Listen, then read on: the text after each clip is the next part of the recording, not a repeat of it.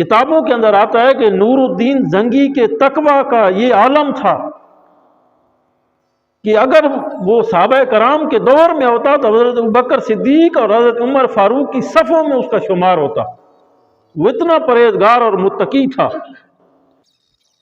تو نور الدین زنگی نے آ کر مصر سے باطنیوں کی فاطمیوں کی حکومت خبیثہ کو ختم کر دیا اور وہاں پر دوبارہ سنی اور عقیدہ مسلمانوں کی حکومت قائم ہو جاتی ہے.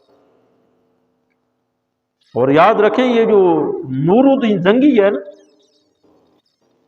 یہ وہ مسلمان حکمران ہے، ایسا عظیم الشان عاشق رسول ہے. میں نے کہا نا کہ جب ایسے لوگوں کا انتخاب کیے جاتے ہیں تو وہ بڑے نگینے لوگ ہوتے ہیں، ہیرے ہوتے ہیں. قدرت خود ہی کرتی ہے لالے کی حنا بندی. اللہ نے ان لوگوں کا انتخاب خود فرما دیا ہوتا ہے.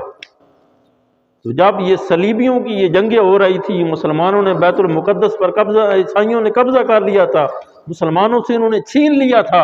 اب ان کے ذہنوں میں بس یہی بات آ گئی کہ بس اب مسلمان ختم ہو گئے. تو عیسائیوں نے ایک بڑا ناپاک منصوبہ بنایا.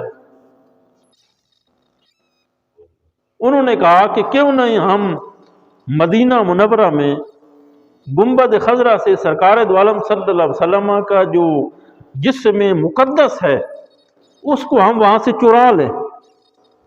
یہ عیسائیوں نے ایک منصوبہ بنایا. اس مقصد کے لیے دو عیسائی گئے، انہوں نے وہاں پر کھدائی شروع کر دی. تو رسول اللہ صلی اللہ علیہ وسلم آپ اللہ اکبر، ان کا اپنا کرم ہوتا ہے جس کو وہ انتخاب فرما لیں. یہ بڑے کرم کے ہے فیصلے، یہ بڑے نصیب کی بات ہے. تو رسول کریم علیہ الصلوۃ والتسلیم نور الدین زنگی کے خواب میں آتے ہیں اور اس کو ان دو بندوں کا چہرہ آپ دکھاتے ہیں کہ یہ جو دو بندے ہیں نا یہ مجھے تنگ کر رہے ہیں.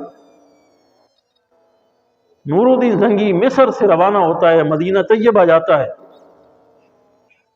اور یاد رکھیں یہ وہ جو سلجوق کے، یہ بھی ترک تھے، سلجوقوں کے یہ غلام تھے، لیکن اس کی فوج کے یا کمانڈر ان چیف بن گیا اس کا والد، اور یہ اس کا بیٹا تھا. اور یہ خالص سنی اور عقیدہ حنفی لوگ تھے، امام اعظم ابو حنیفہ کے ماننے والے تھے. وہاں سے وہ مدینہ منورہ جاتا ہے اور پھر یہ کئی مرتبہ آپ نے سنا ہوگا علماء سے کہ وہ وہاں پر لوگوں کی دعوت کرتا ہے. سارے لوگ آ جاتے ہیں لیکن وہ دو بندے نہیں آتے ہیں. تو نور الدین زنگی پوچھتا ہے کہ سارے آ گئے. آپ نے فرمایا کہ کوئی نہیں بھی آیا ہے. آخر میں بتایا یہ کہ ہاں دو بندے ہیں، وہ بڑے درویش ہیں، بڑے فقیر ہیں جی. ملا شکار کھیلتا ہے داڑھی کی آڑ میں.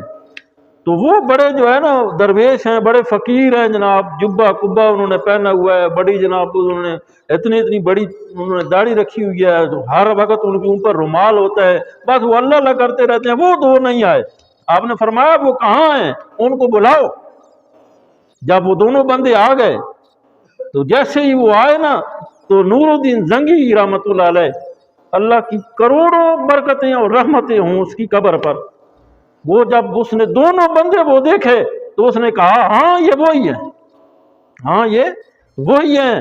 اس نے ان کو پکڑا اور جس مقام پر وہ کام کر رہے تھے وہاں پر لے گیا.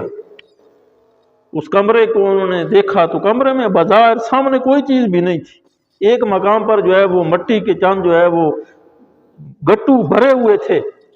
ان کو جب آپ نے فرمایا کہ ان گٹو یہ جو مٹی کے ان کو اٹھا لو، تو وہ کہنے لگے کہ یہ تو بس مٹی ہے، اس کو ہم نے یہاں پر رکھا ہوا ہے. اور فرمایا اس کو اٹھاؤ. اس مٹی کو جب انہوں نے اٹھایا، وہ گٹو مٹی کے بھرے ہوئے تھے، وہ اٹھانے لگے، اٹھائے. تو آخر میں جا کر جب وہ جگہ صاف ہو گئی تو وہاں سے نیچے ایک دروازہ جا رہا تھا.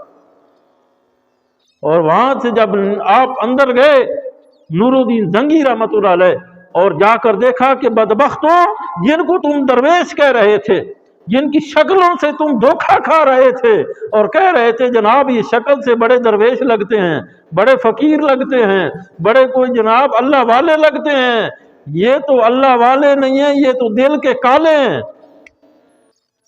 آپ نے ان کو باہر نکال کر مکہ اور مدینہ کے لوگوں کو جمع کر کے سب کے سامنے ان کی گردنیں اتار دی۔